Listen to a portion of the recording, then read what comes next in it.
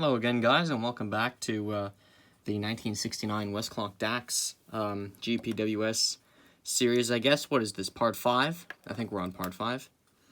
Let's get to it. Talk tick, talk tick, talk tick. Well, now it's almost 12 o'clock and I'm here in a stew. Should I stay or go back home? I don't know what to do. One thing that I know for sure, that girl and I are through. Still hearing tick tock, tick, tick tock, tick tock, tick, tick tock, tick tock, tick, tick tock, tick. Talk tick, talk tick, talk tick. Tick tock.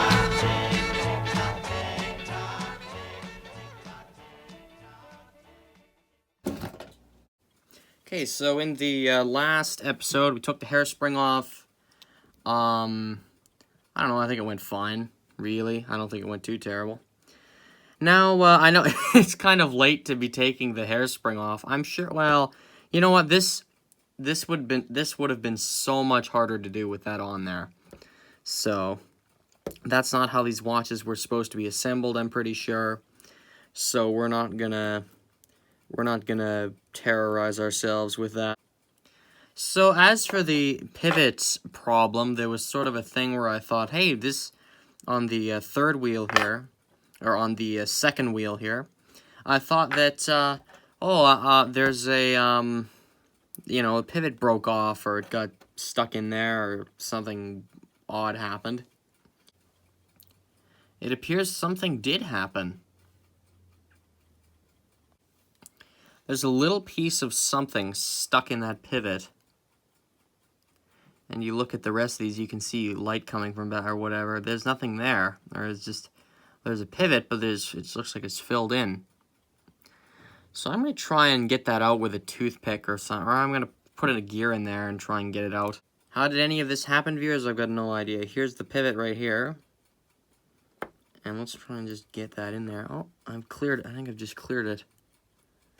Yes, I have. Where's that little piece of debris, though? Yeah, just getting a toothpick in there. As you can see, now all these are clear. Isn't that the strangest thing, viewers? How did this even... And, of course, if you look at this table, you have no idea where that piece of debris went. If you were watching closely and seeing where the little bit landed, you'd see it landed right here. Now, I've actually spotted this just as I'm editing the video here. And it's too bad I didn't see this when I was filming. I could have looked at this more. Anyways, there's the bit of debris. And actually, viewers, as I was just inspecting this piece, I revved a toothpick through the pivots there. Just stuck it in there, pulled it back out. These are actually still dirty. So what's with that? Well, I know what's with that, or I know that's what with. It's because we didn't, because we left the hairspring and everything on there, this didn't get cleaned. So that's another reason to take the hairspring off. So I'm going to go throw this in the ultrasonic cleaner. Because there's not much of a point in continuing if this is still dirty. I mean, we'll just be disassembling this whole thing again and cleaning it, which is the entire, you know how it becomes really redundant, so much like this sentence. Okay, we got all the gears on what I believe to be the right way. And now we'll put the top plate on and not worry about the hairspring. So that's good. Okay, here we go. So it should work something like this. I just realized I'm not even finished with building the watch. Great work there, Greg. We need just a few more components here. We need this, and we need this here. And we'll put that on. I think this has to go. The spring has to be in here somehow. Whoops. Has to be like that, I would think. Somehow it goes in something like that. And maybe it goes there. Who knows? That little spring is such a nuisance, as you can see. We have no idea where it goes. And we put it right behind that piece there. I don't believe in my original episode, well, my earlier episodes of this particular series here, if I ever figure that out. I don't think I did. Who knows? We probably put that spring on later or something. Somehow it attaches onto something or goes somewhere. Oh, something. I feel like pivots are lining up, but I can't really see. I might have to put the the visor thing back on here, whatever it's called. Disapproved by the Swiss clock making guilds that have survived since the 1700s. Here we are again after much fumbling around. I realized I had this wheel upside down, so that always helps with the reassembly of it. Okay, now let's put this together here, hopefully, and actually get it on. As these things often do, they don't really cooperate that terribly well, and something just got completely offset the whole thing.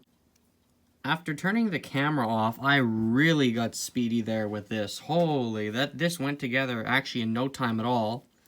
Here's the fork pivot is in, or the arbor's in the pivot hole. I keep saying that wrong. The escapement wheel, the second wheel, and the third wheel, and then I believe this is either the fourth wheel or the great wheel. And there's the spring barrel.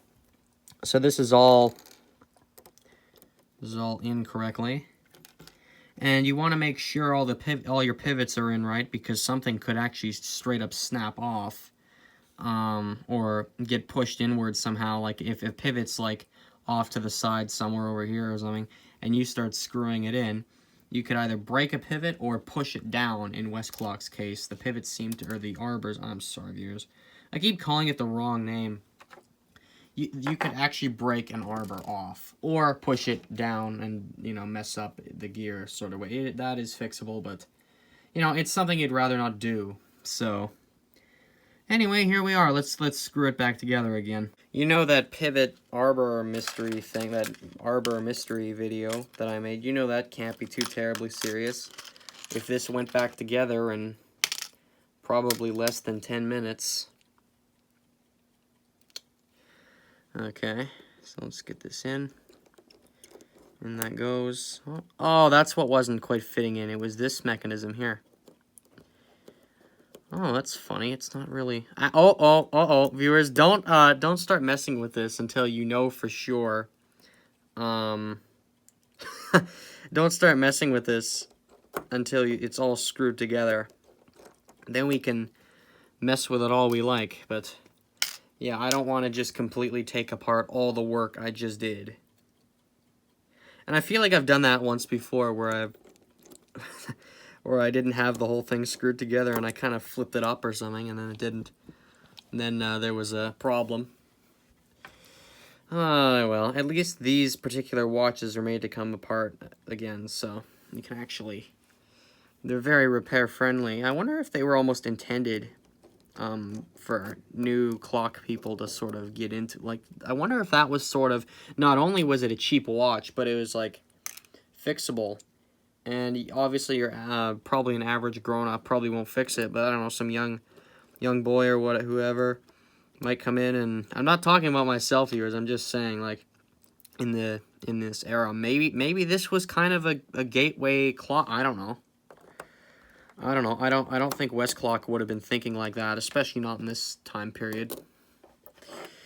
I don't know. Maybe it was kind of, you know, a thing. Who knows? Yeah, I don't know if you guys even know what I'm talking about here. Okay, so we're back together. Let me have a look at this off camera, and then I'll tell you what I find. And you can't set the time. This is how you do it. Oh, well, I guess it doesn't want to. You'd pull it out like this, and then pull it up and out, and it doesn't want to. This gear is supposed to slide over there, and yeah, it doesn't want to do that. So, obviously, this spring, maybe it wasn't. Viewers, forget everything I just said about repairability here. This is... maybe... okay, that actually was not hard. We managed to get that in there. And I don't know about the other side of that spring. I guess I'll have to look around. Before we end the video off, I'd like to sort of look at that spring. So it hooks on right there. And then it goes in here someplace, and I don't entirely know where it goes. It must go behind this somewhere, but I don't know where. And it looks like this here might be some sort of slot or tab or something it hooks onto. I'm not entirely sure where that spring lines up. And I realize I'm probably going to have to disassemble this again because I got to put this gear on for the spring barrel. You can't really fit it in there because it's got these two bent, I don't know if they're almost tabs. I don't know what you'd call those. These two tabs here, they prohibit you from taking the gear off and on, which is a handy feature for reassembly because you don't want this gear, or you don't want to be worrying about all these pivots, or all the arbors and the pivots, and then this gear floating around at the back. So that's once again, viewers, why we took the hairspring off. We didn't want it floating around somewhere. So, anyways, viewers, yeah, we'll see what the comments can generate on that spring. Oh, man. Another goofy design by Westclox depended on some sort of spring for something. Every time. Man, oh, man. Every time. So, yeah, we'll see what the comments come up with. Hopefully someone has something good. Usually they do. Oklahoma Bridges especially. Thanks again, as usual. Very much appreciated, guys. Very much appreciated. So, yeah, we'll see what happens here, what we can generate in the comments where that spring lines up. Actually, I should continue showing that. Yeah, we don't know where it lines up, or where it hooks onto. So, you'd think it'd be another little bit like that, or little tab like that, where it just kind of snaps in there. And speaking of, well, not, actually, no, we weren't speaking of, this piece here is kind of rusty, I find. Interesting. That's the same with the end of the pallet fork. It's got a little bit of rust on the end of it. On that one side, or on the other side. There it is. Yeah, a little bit of rust. I don't know if this watch was exposed to much moisture. It might have been. Who knows? It was running when I got it, so it couldn't have been exposed to much. So anyways, viewers, yeah, I better stop rambling before we're here all night. So with a peanut butter container acting as the dust cover, yes, this is washed out. And I should really just tear that label off. As our acting dust cover, this peanut butter container now protects this watch from, I don't know what'll happen much overnight, but, you know, you want to keep out as much dust as possible, and you never know what can happen overnight, so things can change. So, yeah, it's always good to have a dust cover or something over the watches. So, or a clock or whatever project you're working on. Anyways, viewers, yeah, we'll leave it there for now, and we'll see what we can come up in the comments section. So anyways, viewers, thanks for sticking through this episode.